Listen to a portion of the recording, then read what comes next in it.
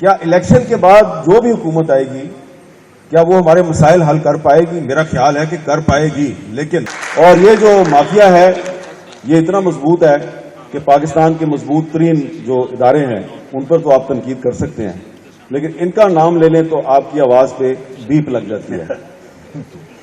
تو یہ بیپ جب ختم ہوگی تو انشاءاللہ ناگہاں کو ہم شکست دینے میں کامیاب ہو جائیں. آئین پاکستان کی موجودگی میں اگر آپ پاکستان میں 3 MP او کے ذریعے لوگوں کو گرفتار کر کے جیلوں میں ڈالیں اور عدالتیں ان کی ضمانت کریں، آپ دوبارہ ان کو جیل میں ڈال دیں، پھر عدالت ضمانت کرے، آپ پھر اس کو جیل میں ڈال دیں، تو الیکشن کے لیے سازگار ماحول کیسے پیدا ہوگا؟ بالکل، ایک تو یہ بات ہے. دوسری بات یہ ہے کہ جب عمران خان صاحب کے دور میں آرمی ایکٹ کے تحت فوجی عدالتیں جو ہیں وہ سویلینز کا ٹرائل کرتی تھی تو ہم سارے اور انسانی حقوق کی تنظیمیں ہم کہتے تھے یہ نہیں ہونا چاہیے پاکستان میں. خاص طور پہ جب ادریس خٹک صاحب کو سزا دی گئی، حسن عسکری کو سزا دی گئی، تو اب وہی جو آرمی ایکٹ کے تحت بننے والی جو عدالتیں ہیں وہ جب آنے والے دنوں میں سویلینز کے خلاف فیصلے دیں گی تو الیکشن کے لیے جو ماحول ہے میرا خیال ہے کہ وہ سازگار نہیں ہوگا. یہ آپ کو تسلیم کرنا چاہیے. ٹھیک، اس ماحول میں مزید کشیدگی پیدا ہوگی. ٹھیک، تو یہ ایسے معاملات ہیں کہ یہ انسانی حقوق کی تنظیموں کو اگر آپ بیچ میں لائیں گے تو وہ یہ کہیں گے کہ پہلے آپ الیکشن کے لیے سازگار ماحول اگر بنانا چاہتے ہیں تو یہ جو انسانی حقوق کی خلاف ورزیاں ہیں ان کو ختم کریں. اگر کوئی فوجی عدالت کے ذریعے سزا دے رہا ہے تو ہم روک تو نہیں سکتے، لیکن اگر آپ کہتے ہیں کہ فیئر اینڈ فری الیکشن کروانا ہے پاکستان میں تو اس کے لیے ماحول کو جو سازگار بنانے کی بات ہو رہی ہے تو اس میں یہ جو لاقانونیت ہے، خاص طور پہ 3 MP او کے نام پہ جو لوگ گرفتار کیے جا رہے ہیں اور اگلے دن وہ پریس کانفرنس میں اپنی سیاسی وفاداری تبدیل کرنے کا اعلان کر دیتے ہیں، تو ایسے ماحول میں اگر الیکشن ہو بھی گیا تو اس الیکشن کی کریڈیبلٹی نہیں ہوگی. تو اس الیکشن کی کریڈیبلٹی کو مینٹین کرنے کے لیے ضروری ہے کہ پاکستان کو صرف اسی آئین اور قانون کے مطابق چلایا جائے جس پہ پوری قوم کا اتفاق ہے، اور اس کے لیے ہمیں ایک گرینڈ ڈائلاگ واقعی کرنا چاہیے. اب جان ایلیا صاحب کا ایک شعر ہے، یہ تمام پاکستان کے اس وقت جو اسٹیک ہولڈرز ہیں اور خاص طور پہ جو اس وقت حکومت ہے اس کو اس شعر پہ غور کرنا چاہیے، بلکہ انہی کے لیے ہے. جان ایلیا صاحب نے پتہ نہیں کس کے لیے کہا تھا، لیکن میں جن کے لیے کہہ رہا ہوں وہ ذرا غور کریں. وہ کہتے ہیں میں بھی بہت عجیب ہوں، اتنا عجیب ہوں کہ بس خود کو تباہ کر لیا اور ملال بھی نہیں.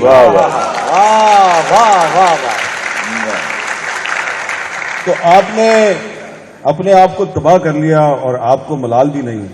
یہ بات بالکل درست کہی سہیل صاحب نے کہ 2018 میں ایک حکومت کو کون لایا، لیکن اگر آپ نے مسئلے کو سمجھنا ہے، بیماری کو سمجھنا ہے، تو پھر اس کی صحیح نشاندہی کرنے کے لیے آپ کو یہ بھی پتہ کرنا پڑے گا کہ 2022 میں جو حکومت آئی اس کو کون لایا. اور اگر 2018 اور 2022 میں جو لانے والے ہیں وہ ایک ہی ہیں تو اب ان سے ہم لڑ تو نہیں سکتے، ان کے سامنے ہاتھ باندھ کے صرف درخواست ہی کر سکتے ہیں کہ بھائی پلیز خدا کے لیے یہ جو ہمارا آئین ہے کچھ اس کا بھی خیال کر لیں.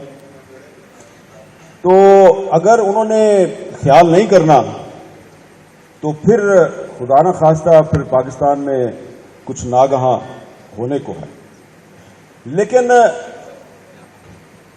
میں کیونکہ پورے پاکستان میں گھومتا ہوں، نوجوانوں سے میری بڑی انٹریکشن ہوتی ہے، اس لیے میں بڑا پر امید ہوں، میں بڑا آپٹمسٹک ہوں، میں مایوس بالکل بھی نہیں ہوں.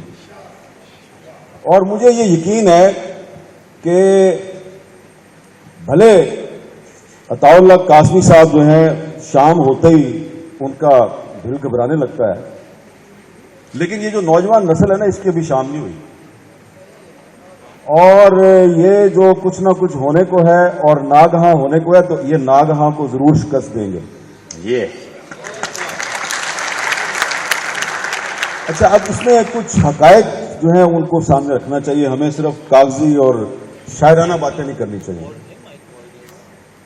اس لیے کہ اگر فرض کریں کہ پاکستان میں آئین اور قانون کی بالادستی قائم ہو جاتی ہے اور 2022 میں جو حکومت آئی ہے وہ کمال مہربانی کا مظاہرہ کرتے ہوئے 2023 میں الیکشن پہ راضی ہو جاتی ہے، الیکشن ہو جاتا ہے اور فیئر اینڈ فری الیکشن ہوتا ہے، تو کیا اس کے بعد بھی اس سے اگلے سال 2024 میں آپ اور میں اسی حال میں بیٹھ کے ایک سال کے بعد کیا یہی باتیں تو نہیں کر رہے ہوں گے کہ کچھ نہ کچھ ہونے کو ہے اور ناگہاں ہونے کو ہے؟ مجھے یاد ہے کہ سن 2000 کی بات ہے، تقریباً آج سے کوئی 23 سال پہلے کی بات ہے. تو یہ وہ زمانہ تھا کہ جب مسلم لیگ نون اور پیپلز پارٹی والے جو ہیں وہ ایک دوسرے سے ویسے ہی نفرت کرتے تھے جیسی کہ آج کل پی ٹی آئی اور مسلم لیگ نون والے ایک دوسرے سے کرتے ہیں، یا پی ڈی ایم والے اور پی ٹی آئی والے ایک دوسرے سے کرتے ہیں. اور کوئی اس کا تصور نہیں تھا کہ پیپلز پارٹی اور مسلم لیگ نون میں کوئی الائنس ہو سکتا ہے. لیکن اس وقت نوابزہ نصر اللہ خان صاحب موجود تھے اور ان کی کوشش سے اے آر ڈی کی صورت میں ایک الائنس بن گیا، اور پھر وہ جب الائنس بنا تو پھر نواز شریف صاحب کو باہر بھیج دیا گیا. لیکن جو بھی ہے وہ پہلا ایک بریک تھرو تھا پاکستان کے، جو بہت دو بڑے سٹیک ہولڈر تھے جو ایک دوسرے سے نفرت کرتے تھے، انہوں نے ایک دوسرے سے ہاتھ ملایا. اب اگر 2000 اور 2023 آج کی صورتحال کو سامنے رکھیں تو ویسا کوئی الائنس تو ہم بنانے کی بات نہیں کر رہے، ہم صرف یہ کہہ رہے ہیں کہ آپس میں آپ نے ڈائلاگ کرنا ہے نئے الیکشن کی تاریخ پہ. لیکن نئے الیکشن سے پہلے کوئی ماحول کو سازگار بھی تو بنانا نا آپ نے. الیکشن کے لیے جو سازگار ماحول ہے وہ کیسے بنے گا؟ اس کے لیے میرا یہ خیال ہے کہ جو ہیومن رائٹس کی تنظیمیں ہیں، جو کہ بڑی ویل اسٹیبلشڈ ہماری انسانی حقوق کی تنظیمیں ہیں، ان کو آگے آنا چاہیے. اور ابھی جو کچھ باقی رہ گئی ہیں، کچھ وکلا کی تنظیمیں جن میں پولرائزیشن نہیں ہے، ان کو سامنے آنا چاہیے اور ایک کوارڈینیشن کرنی چاہیے تمام پولیٹیکل پارٹیز کے اندر. کیا الیکشن کے بعد جو بھی حکومت آئے گی کیا وہ ہمارے مسائل حل کر پائے گی؟ میرا خیال ہے کہ کر پائے گی. لیکن اس وقت دنیا میں جو حالات تبدیل ہو رہے ہیں تو صرف آئین اور قانون کی بالادستی اور صرف الیکشن سے بھی آپ کے مسائل حل نہیں ہوں گے. ایک بہت بڑا مسئلہ جو ہے اس کی طرف ہماری توجہ نہیں جا رہی. وہ مسئلہ بھی جو ہے اس نے پچھلے سال اپنا جلوہ دکھایا تھا. میں تحریک عدم اعتماد کی بات نہیں کر رہا. تحریک عدم اعتماد کے بعد ایک بہت بڑا مسئلہ آیا تھا اور وہ تھا ماحولیاتی تبدیلی. آپ آئین اور قانون کی بالادستی کر لیں، آپ کے معیشت بھی ٹھیک ہو جائے، آپ کے فارن ایکسچینج ریزرو بھی ٹھیک ہو جائیں، اور جولائی اگست میں ایک دفعہ پھر اگر طوفانی بارشیں شروع ہو جائیں اور آدھا پاکستان دوبارہ ڈوب جائے تو کیا کریں گے آپ؟ وہاں پہ آپ کا کون سا آئین اور قانون جو ہے وہ آپ کی مدد کرے گا؟ تو یہ بھی ایک مسئلہ ہے، اور یہ مسئلہ بھی آپ نے خود پیدا کیا، اور اس کا تعلق جو ہے وہ صرف ایک پولیٹیکل پارٹی سے نہیں ہے، ہم سب سے ہے.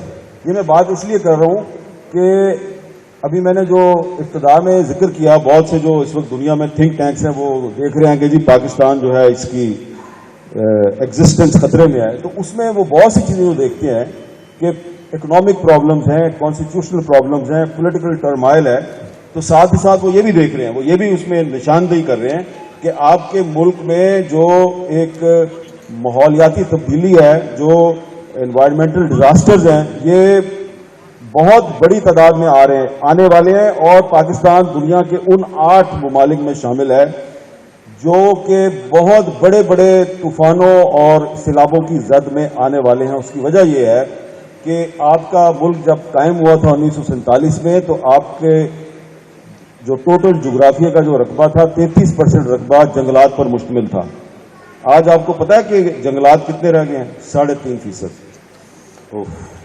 تو جب آپ اپنے ملک میں درخت ہی ختم کر دیں گے، اور جو گرین ایریاز ہیں، جو دیہاتی علاقے ہیں جہاں پہ سبز فصلیں لہرا رہی ہیں، تو ان کو پراپرٹی ٹائکون جو ہیں وہ ہاؤسنگ اسکیموں کی صورت میں وہاں پہ قبضہ کر کے اور پورے ملک کو پلاٹوں میں تقسیم کر کے اور پیسے کما کے اور پیسہ باہر لے جائیں گے، تو پھر یہ نیچرل ڈیزاسٹرز تو آئیں گے نا.